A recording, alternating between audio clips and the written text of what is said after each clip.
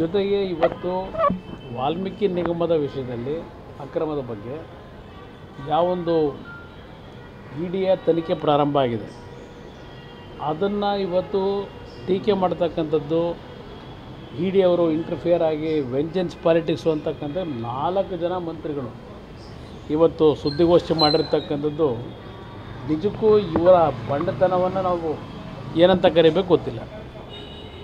ಇಲ್ಲಿ ವಾಲ್ಮೀಕಿ ನಿಗಮದಲ್ಲಿ ಆಗಿರ್ತಕ್ಕಂಥದ್ದು ಬ್ಯಾಂಕ್ನಿಂದ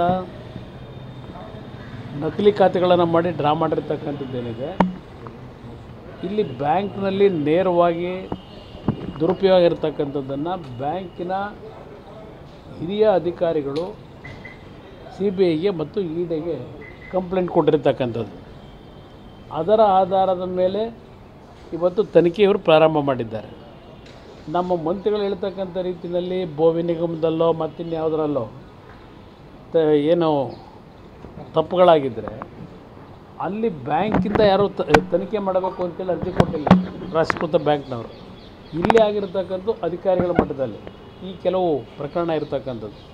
ಅದರಿಂದ ಈ ಸಮಜಾಯಿಷಿಗಳನ್ನು ಕೊಟ್ಕೊಳ್ಳೋದ್ರ ಮುಖಾಂತರ ಇವರ ಅಕ್ರಮಗಳನ್ನು ಮುಚ್ಕೊಳ್ಳಿಕ್ಕೆ ಹೊರಟಿದ್ದಾರೆ.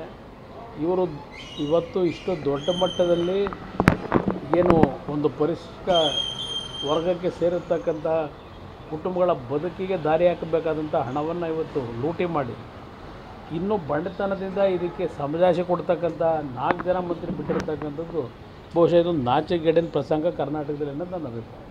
Okay sir.